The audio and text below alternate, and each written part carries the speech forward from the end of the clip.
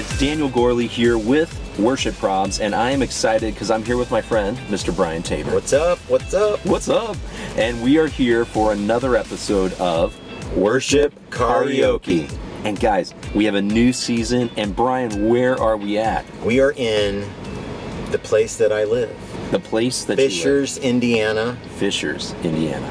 Yep. It's beautiful here, Brian. It's green. It's a beautiful time to be here. It's green. It's like 70 degrees, whatever. It's beautiful. Yes, it is just a hair past wonderful. So, very, very cool. And guys, we are excited because we have an amazing guest, Yes, but before we get to him, we have some amazing sponsors. Brian, let's stop a second and let's talk about our sponsors. This episode of Worship Karaoke is brought to you by Netgear AV, the trusted leader in network solutions for your AV projects. Whether you're a system integrator, an installer, or a tech-savvy enthusiast, you know how critical it is to have a rock-solid network empowering your AV setup. And that's where Netgear AV comes in.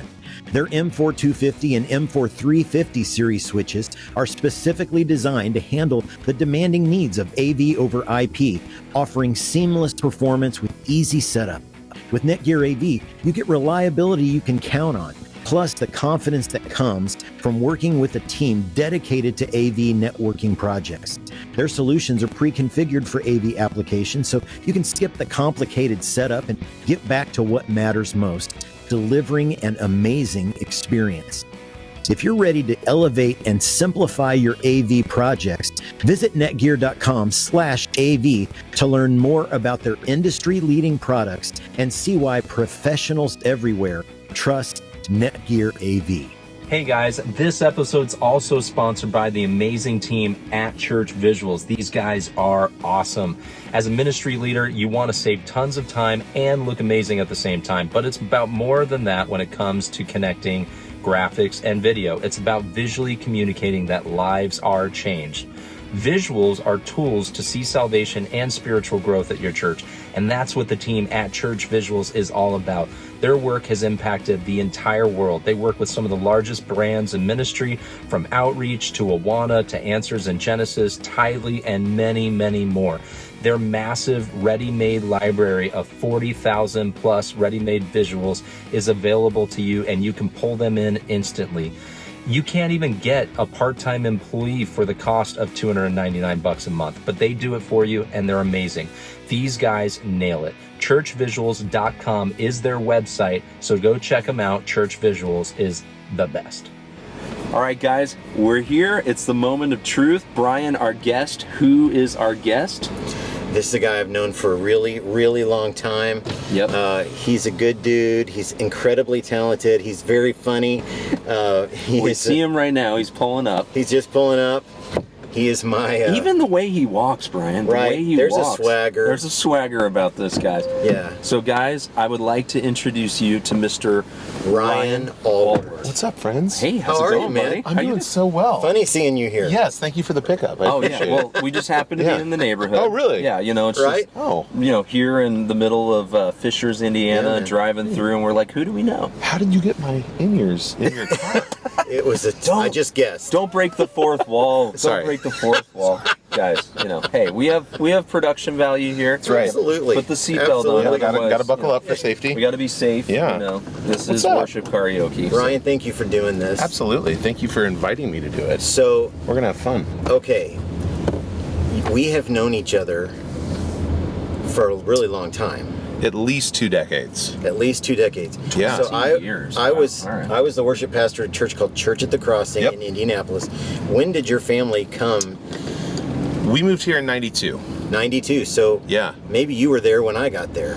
I think we were. Yeah. And actually, I grew up on this. I live on the same street that I grew up on. Okay. Nice. So I now own the grass that I used to cut when I lived at this house right here. Okay. So That's so Which cool. house did you throw the rock through the window? 'Cause that's what we're going to see how good of a neighbor you are. it's going to be off the record. But yeah, I think, Brian, you and I met, I mean, it had to be early 90s, 92, 93, something like easy. that. And I will say this, like I had parents and I love my parents. Yeah. But Ryan has like the greatest parents Like you're adopting them? in the history of the world. Like They adopted Kim and Brian, essentially. pretty much, we like do things socially with them all the time. They're amazing people. Yeah, they're great. Okay. And nobody loves music more than Ryan's dad, El.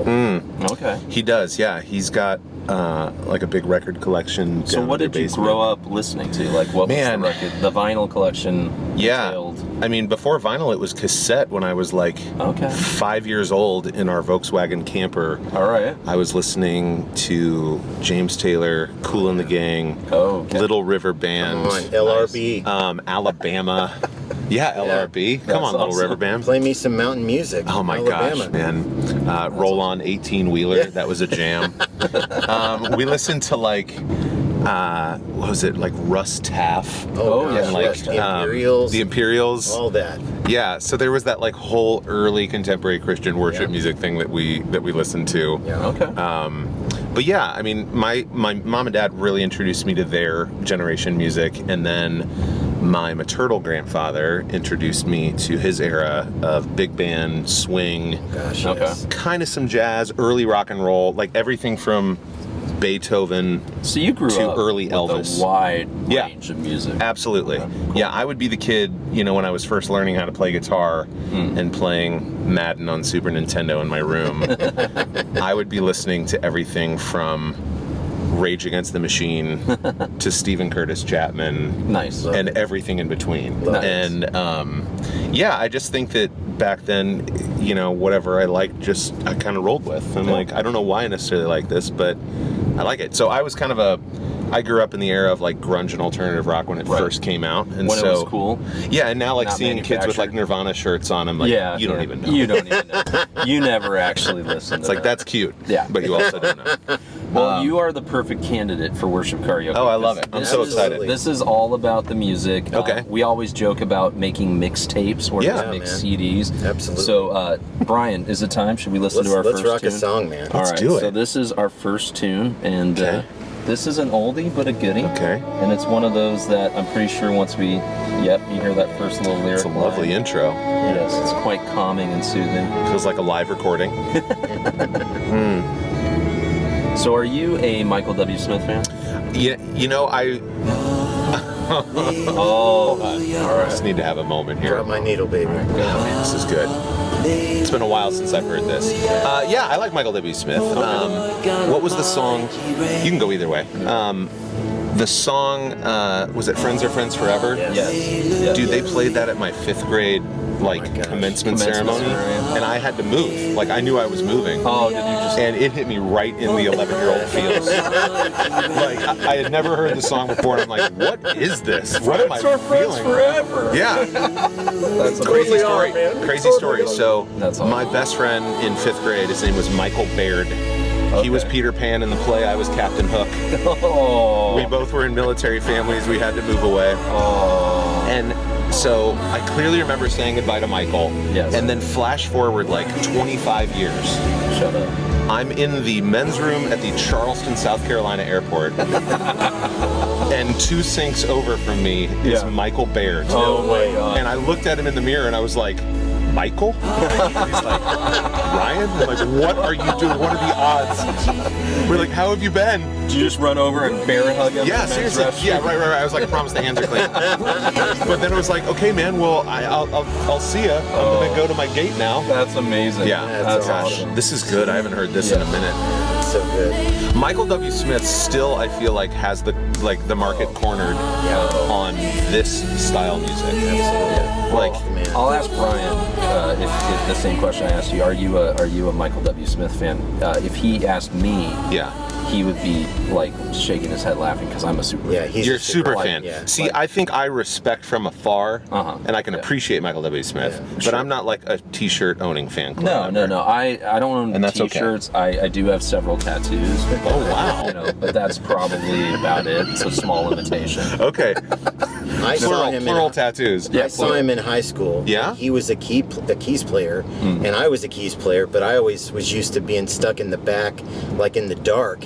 And I'm like, hold on, this is a keys player who's out front, yes, singing. Yep. Right. And I'm like, wow, there's a place for us. There's a place for us. My place You're like in this allowed world. to actually be place in this world. Nice. Well done. Triple Thank time. you. That was a Thank slow you. burn. I just got that. Nice. Okay, so you moved to Indiana. Yep. You're growing up. You're getting involved in music. Yeah.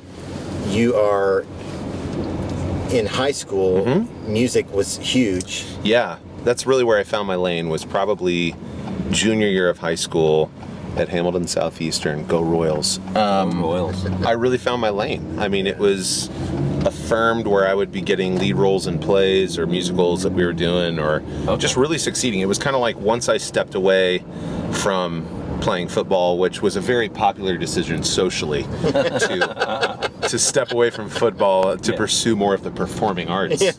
Were you just taking too many starting positions away from the other players? Well, I didn't know this, but my coaches told me later. This was a really powerful moment because, like, I was super nervous to go talk to all the coaching staff and be like, hey, I'm really feeling drawn more towards performing. Right. And what I didn't know is that after I left that meeting, they told me this later, that all of them were like, we're going to support that kid no matter what he does. Oh, okay. And so I wish I had known that earlier, because it was a lot of anxiety, like going into that of like, okay, this is more of what I feel like I'm supposed to do. But it was just like, once I took that step into that lane, it just kept getting affirmed and affirmed, That's awesome. which was really cool. So yeah, but high school was, I had a great choir teacher. My late choir teacher, James Kevin Butler, was just awesome. Taught me everything I know. So like full choir geek, like show choir, step touching. It was. Like, we did some of that. It was more of a concert choir. Like he would have us singing like Mozart cantatas. Oh, love it. At like 17. So you learned parts and singing in a group and fitting in. And Yes, that's awesome. 100%. But I never really got into songwriting until probably like tail end of my college chapter. Okay. So probably junior, senior year. My best friend Mike Luganbill, who I sat next to in choir all 4 years at high school. Right. He and I got into Straight No Chaser together, the acapella group down at IU in Bloomington, our senior year in high school, going into IU. And so we were always together. We knew each other's voices really well. And then we decided to start writing music together. Yeah. And we still do to this day, actually. So Brian, you like how he just slipped that in? Yeah, just like, and then we got into like Straight No Chaser. So it's just context. If that, if that name's new to you, you may have seen like the mega viral video of this men's a cappella group doing this unbelievable arrangement of the 12 Days of Christmas. Yep. That's how I first saw it. Ryan toured all over. Yeah, so I sang all 4 years at IU, and then I never thought once I graduated, it was kind of done. Sure. And then I got that call, and that was 2008 through 12. I was in the professional touring group. Wow. That's still out there doing stuff now. And I saw a concert, I want to say about 2 years ago in Phoenix. Yeah. It was phenomenal. That's awesome, man. They're incredible. We have been to a few with Elle and Kathy. Oh, yeah. And so, okay, you made this decision to leave Straight No Chaser to do... Yeah, to come home and start a family was the primary reason. And well, that's a good decision. It's a good decision. And it worked out great. But I then led the local chapter at my alma mater of Young Life. And my wife Lauren and I had volunteered with Young Life when we were engaged. I just really fell in love with the heartbeat of the ministry and just how, how the outreach was working in the lives of kids, and also blessed our lives in an amazing way with, friendships that we still have to this day.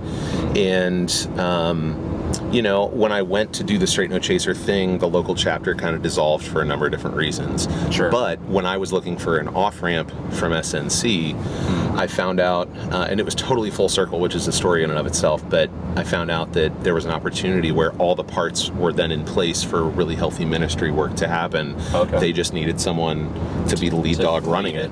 And so that was a 5.5 year chapter. So I think I was the only person on the planet to go from professional a cappella singer to like professional youth ministry guy. And it took about 2 years for my head to kind of stop spinning and feel like, okay, this is the lane I'm supposed to be in right now. But it was awesome, man. Was it natural though, in a sense, like when you would show up for like a youth kind of party night, you had like, craft services there that was prepping the pizza rolls? I demanded no eye contact from anyone. You had a trailer you rolled into in the morning and kind of got prepped with that before. Hair and makeup, the whole thing. Yeah, well, that sounds healthy. That sounds like when you were traveling with SNC, any crazy road stories? Like, maybe the wheels came off some night, or I remember we were in some town north of Columbus, Ohio, and I totally used the wrong hotel room for a day room. It was someone else's room, but I thought it was like the group's room. So I am like in the last remaining towel of someone else's room, just brushing my teeth, and in walk like 4 college-age young women, and they're like, "I'm sorry, who are you?" And I'm like, they're just brushing my teeth, and the first words out of my mouth were, "I swear I'm not a creeper. Please don't call the cops. Please. I can explain." Turns out I went to the wrong room, but they were actually 1 or 2 of them were in a cappella groups at their college. Oh, okay. And so they were like, "Oh my gosh, we've totally heard of Straight No Chaser." And I'm like, "Do you guys mind leaving really quick so I can get my clothes on?" And and then we'll go. Fortunately, they didn't call the cops or anything. Well, that's incredible. Yeah, I mean, my memories with the group. Listen, it's a 10-guy a cappella group. This isn't like Motley Crue. No. There weren't any like crazy tour bus stories, but like many of my memories around that chapter are I'm so grateful that there were so many positive experiences that I was able to have. Like when the first thought that you came into my head when you asked was just sitting in the back lounge with maybe 3 or 4 other guys, and at that point like passing the aux cord around, to like play each other a song that we were really into. Like, hey, this is a great tune. Yeah, and it's like dead at night, and you're out on the road. Someone else is driving you somewhere, and you're with your friends, and music is kind of the thing that brought us together. But lots of great stories from that chapter, man. Well, it was awesome, and thank you. Are such a gifted guy. Well, he said music, and how karaoke works is we get to pick a couple of tunes. I love it. Yeah. You get to pick a couple of tunes, so you didn't know the first one. So that's okay. Now this one you got to pick, so this is where we get to judge whether your song selections are good. I like that. Yeah. A lot of judgment. Oh, that's fun. Yeah. Well, you agreed to come on the show, so clearly your judgment's flawed in some way. But I've seen some of your episodes; they're really good. Oh, okay. Yeah, all right, well, I respect it. I'll take that uneducated opinion, but let's go for it. All right, so here's what you selected as well. This one's for you, Philly. This one's for you, Philly. Okay. Oh, come on. Flood, Jars of Clay. Yeah. Capo 2. Yeah. So, Lauren jokes that this was the only song that I knew how to play on my acoustic guitar when we started dating in college. Nice. So, word to the wise, if you're trying to woo your future wife. This is it. Is it? I don't know. It ended up working. Yeah. But it couldn't have been impressive. It was incredible. It must have been like, do you know like any John Mayer or Dave Matthews? Anything else? Who's Jars of Clay? No offense to Jars of Clay. Well, if you have to explain it, it's probably not effective. Dude, this whole album, when this album came out, it was like prime youth group years for me in like early high school. And so you remember Mike Johnson from Church at the Crossing? So Mike was this guy who literally looks like James Taylor, sounds like James Taylor, huge James Taylor fan. And he led the youth group band. And I remember this music was coming out around the time that he was really helping me to learn how to play guitar in front of other people. And so I clearly remember there was one rehearsal where I'm, like lugging up my electric guitar and my amp up to the youth room. And I'm like, hey, I don't know how to play D minor. And he's like, well, you need to learn because you're about to play it in about 15 minutes. And so like, it was awesome though. It was like such a good way of the accountability of like, okay, you wanted to do this. Like, how serious are you willing to take it? You said this, now you have to do this. Yes. He's got the high voice. Come on. This is a little stripped down though. This has got like, they're on like a cajon or something. Yes. This is honestly like the Christian version of like Guster. You know what I mean? Yes. Like, I guarantee there's someone out there watching this being like, finally yes. Yes, you finally helped me understand. But I mean, so was this like music you would be listening to growing up? Yeah, like, totally. Like this, DC Talk, audio adrenaline. Yes. DC Talk was like my gateway. I think it was like a Luis Palau crusade that I went to an arena, and it was the first like concert I saw. Yeah. And I was like, this is cool. I love that you said DC Talk was your gateway. It was my gateway. My gateway to like Christian. Yeah, no, that's true. Music, man. Okay, so, but the Jars of Clay thing worked for you. So you're married now how long? It did. I have, my marriage has flood to thank. Flood to thank. I'm sorry, what was your question? How long you been married? It'll be 17 years this year. Wow. Okay. Yeah. And 2 kids. 2 kids, Olivia and Gus. Nice. Yeah. And Lauren, your wife, is incredibly talented and one of the funniest people. She's a hoot, man. Ever. Yeah. She is kind of like our family's version of like Gilda Radner. She loves Gilda Radner, but like it's a very close similar. I mean, she even kind of looks like her in a way. Like hilarious, huge voice, great voice. We just did a gig together last night, and there's so many moments where I just enjoy listening to her sing. I'm sure you can relate with that with Kim. Yeah. Like, so yeah, and for us, it's just a lot of fun to be able to, you know, then share that with our kids. And like Olivia today, who is 9, she was just like, "Hey, Dad, come watch this," and she literally learned some Mozart song by ear. Da, da, da, da, da, da, from like her show Bluey. If you don't know Bluey, you got to watch Bluey. Yeah. But they use a ton of classical music in it, and she just picked it up. And I keep trying to tell her, I'm like, you are at 9 picking up things better than I was at 12. Because I remember that. My mom had, we have still to this day, a family piano that's been passed down, and I would just kind of pick things out by ear. I think I was just blessed with a good ear and parents who supported what I was into. Yeah. And well, if you're in choir growing up, I mean, that's like an investment for the whole family. Because yes, you go to school and you take class, but then there's concerts and there's regionals and all states and competitions. And you said you did theater, so it's like shows and rehearsals and this and that. So and it taught me at a very early age to like really steward your craft well. Absolutely. And I had teachers who held the bar above my head on purpose. Yeah. And we didn't compete too much. Like now, show choir is like, it is night and day. Oh yeah. I mean, it's a whole cottage industry. Back when I was in school, back in my day, we didn't have those sequin jackets. But we really did. I think it was like we wanted to make our director proud of us. Sure. We wanted to like really take care of the show that we were given to put on. And like that's really where some of my closest friendships were formed, was in late high school. And you know, quite honestly, like youth group was great for me from a musical standpoint. Sure. Youth group, looking back, like I've kind of processed this a little bit. Like there was a little bit of just kind of high school toxicity to youth group. A little clickiness. Yeah, and I was like, man, my sister and I have talked about this, where in a way, certain kids who went to different schools, who were in the majority, kind of made us feel a little bit more on the outside, which I get. That's high school. Sure. But like, it was kind of like, well, if you don't want to even hang out with me for an hour, why do I want to go to Mexico with you for a week? Right. You know, on a mission trip. And so, but I do think looking back, like it gave me a foundation, obviously, of faith. But you know, for music, Mike Johnson, man, who was just like, you're out in front, and I just kept getting these opportunities to get put out in front. And I had an older and wiser mentor. And Brian, to an extent, you were that as well, because like you would give me opportunities. David Casterline as well from Church at the Crossing, of like, we're going to put you out in front to do your thing. Yeah. You know, and that was huge for me. Well, I would love.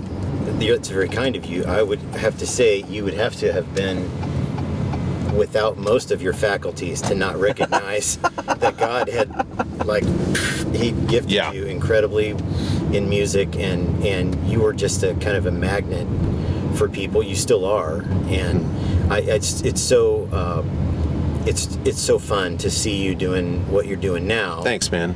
And we want to get to that. Yeah. So. You start writing and recording your own, which you've released how many albums? Gosh, probably like close to 11 or 12 independent ones, and then all the singles, and just a lot. All the single ladies. Several to many independently released albums. Okay. Yeah, and they're fire. So you got to go, and your website is ryansongs.com. ryansongs.com. So go check his stuff out. It's really fun. It's like, man, roll the windows down and take a drive, kind of like what we're doing. It's actually thematic in a ton of my music is like driving songs and relationship songs and songs about Indiana. So you'll write a song about this?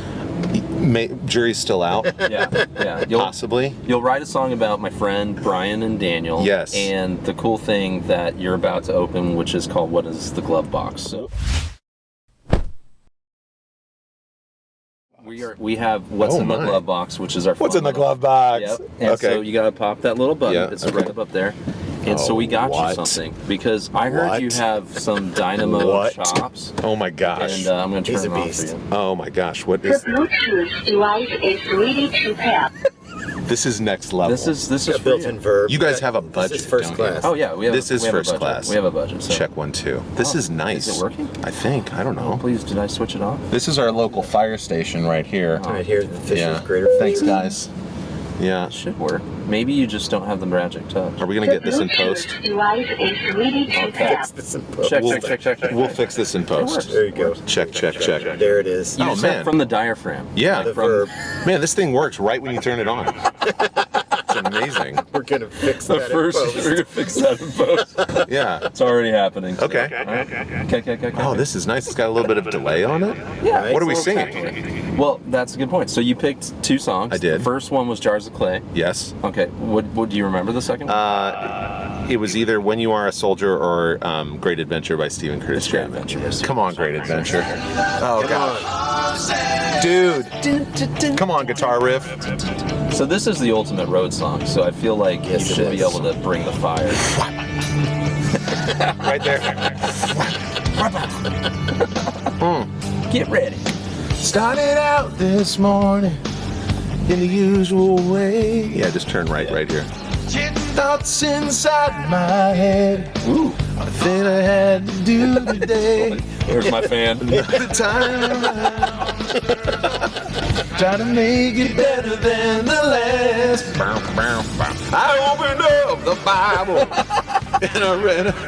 Now imagine like 11-year-old me being like, yeah. I opened it up. Right on, baby. Plus, this dude has the coolest hair. Somewhere between the pages, me like a lightning bolt. I saw a big frontier in front of me. What'd he say? Let's go!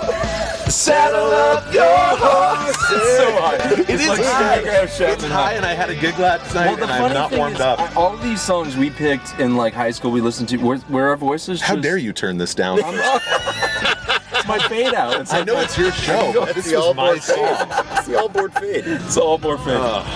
We can let it just mellow in the background. Please just like turn it up just a little bit. All right, we'll just. Such a great song. Do we need a moment? This is the great. I can't hit it, man. Great bridge in this song, by the way. I don't remember the bridge. Oh, we'll get to it. We can have it just chill. We're just gonna chill. This is really cute, by the way. Yeah. Well, I was looking up things that Brian, like you type in Amazon. Gonna leave long face green. Okay, sorry. Go ahead. What were you saying? You type in things Brian Tabor would like to sing into. Yeah, this pops up as the #1 thing. This obvious. Right here. And actually, this is the least sparkly. There was a few others I was worried about the camera. It's got character.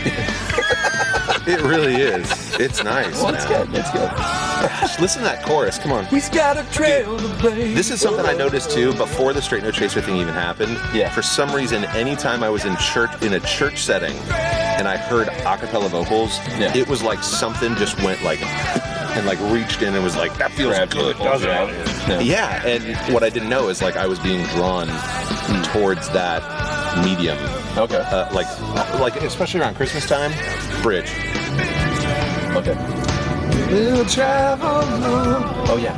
Over valley so low. Dude, something like that. Valley so low. Yes. Is that right? We need the. Okay, here we go. Take it. Little little Michael McDonald references. This is the greatest journey human heart will ever see. The love of God will take me on beyond my wildest dreams. That's like white boy soul right there. There's a whole bunch of guys watching, and they're like, dude, those guys. Yeah. Those guys This honestly, so like, I'm gonna make a little bit of a parallel. All right. The backing vocalists on this kind of remind me of like the contemporary Christian version of like the News for Huey Lewis. Okay. Like these kind of harmonies, dude, so good. That's the power of God. By the way, That's my go-to karaoke song. he is like one of the most underrated guitar players. Stephen Curtis Chapman. Yes. Dude, he's so Holy good. moly. So here's the deal. I still. You have great mic technique, by the way. Thank you very much. Yeah. Well, it's very. I like the weight of this. It's very much what I do now with the lifestyle show that I host. Is that what you're going to be like? But I definitely still have a dream that I'm not going to let go of, to like meet and write with Stephen Curtis Chapman. I'm putting it out there, Stephen. That'd be Come awesome. on. This is a challenge. Dude, seriously, like my audition song for choir in like 8th grade was when you are a soldier, I will be your shield. Nice. I will go with you into the battlefield. Dude, such a good song. Like I heard that and I'm like, yep, I need to learn this immediately. Right. There's something about his music that really reminds me of that very early seminal time in my life where I was getting into music, any kind of music that struck a chord with me, no pun intended. Like I would just get deeper and deeper into. And I remember the cassette. It was him in like a black suit with a kind of a mullet, with his black acoustic guitar with a cutaway. Yeah. And I had that on cassette. Well, this album, The Great Adventure, it was the first album I bought, and I just wore that thing out. I wore it out so the letters came off the cassette. And remember when you get the lyrics and you'd unfold the long cassette lyrics and you'd like... Oh, that's what he's saying there. Yeah, right. My, do I still need to hold this? I like it. You're good. Okay. You can put it down. It's good. I like it. It's nice. Mean, it's up to you. The reverb on it is delightful. I named my music publishing company Not Home Yet Music from his song Not Home Yet. Like, and it's just a good reminder of like, you know, this is just all temporary. Yeah. But yeah, let me put my other ear in. No, that was fun. Okay, so you're now on TV every day. Yeah. You're the host of Indy Now. Indy Now. Indy Now. Do that again in 3, 2. You're the host of Indy Now. Yes. Which is crushing here in Indy. Yeah. So how did that happen? Okay, I'm gonna go short answer to your short question. A friend of mine saw me co-hosting on another show, doing music, and she was aware that the station that I'm at now, Fox 59, was building a lifestyle show to directly compete with the one that I was on. And she was like, hey, good work today. By the way, you need to throw your name in the hat for this. This has you written all over it.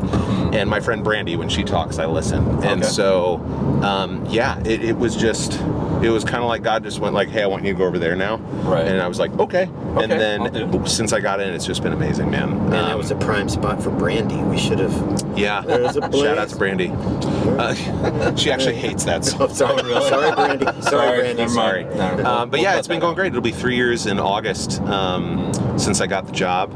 Did you ever see this in your future, like TV host? No, I was always on stage or behind microphones or in recording studios. Okay. But, you know, it's like it took me a while to realize, oh, this is just another stage. The audience experience is totally different. And so once I kind of got that figured out, it was really eye-opening for me. There was actually a moment, if I can share kind of a personal faith story. So when I was in Straight No Chaser, we were over in the O2 Arena in London opening for Barry Manilow.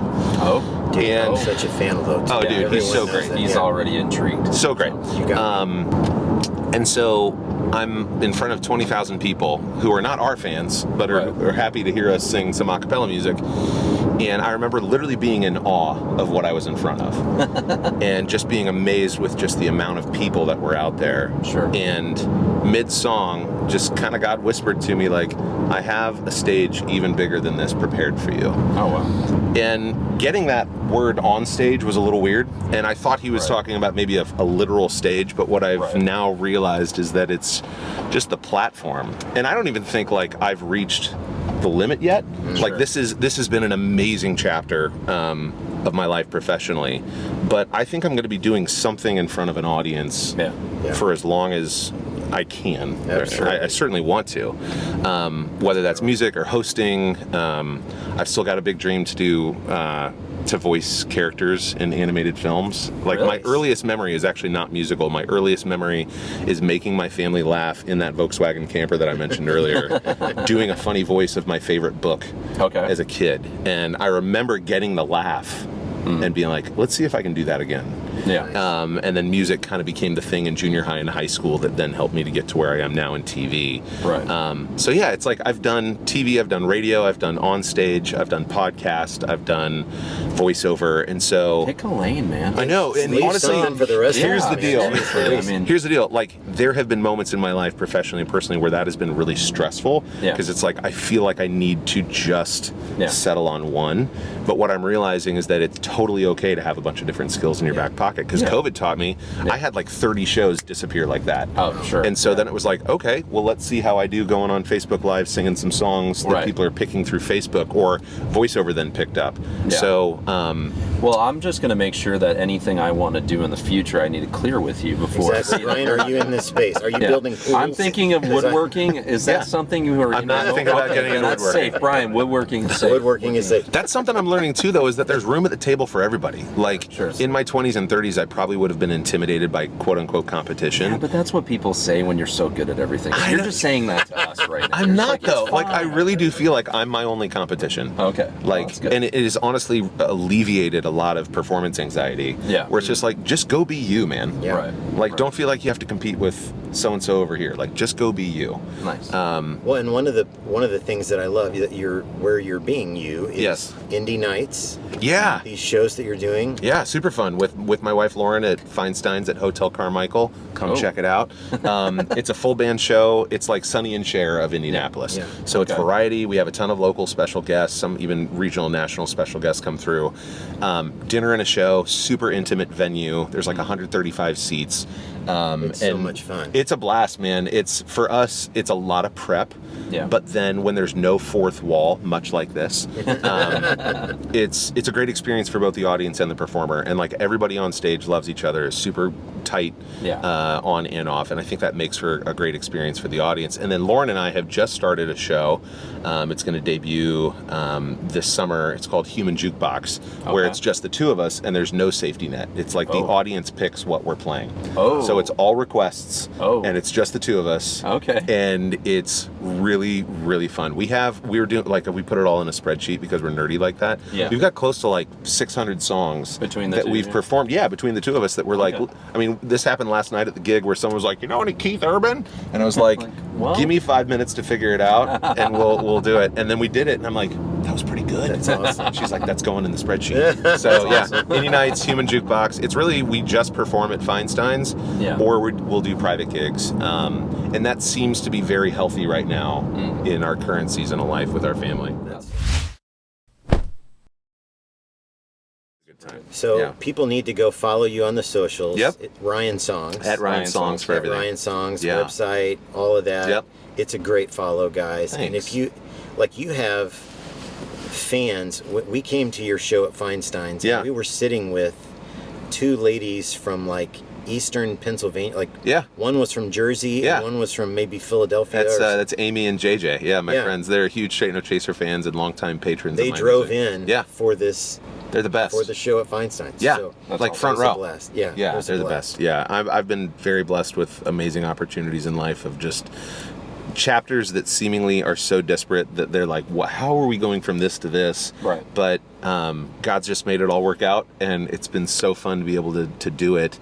And I still feel like the best is yet to come. And I just thank you guys for this opportunity, because I was like, I haven't led worship per se in a long time, because I know I'm doing a lot of different stuff, but it's just fun to, I mean, you brought back some great memories just hearing some of these tunes too, but and we hammer on it a lot that like worship is a part of everything that you do. So even if you haven't led worship in a long time, you're still out there in the world and you're still representing what God's basically gifted you with. And that's a really good word too. I was at a retreat with that Ed Cash was leading worship at, and it was super like stripped down. It was maybe like 20 people, 20 worship leaders. It was when I was on Young Life staff, and here's Ed Cash talking about, you know, leading worship, and he really said something that stuck out to me that was like, just because you're the front person with a guitar or a keyboard and the microphone, like, be careful how you use the term worship leader, because it was like the person serving coffee can help someone understand what worship is, like the person cleaning up at the end of church 100%. Service.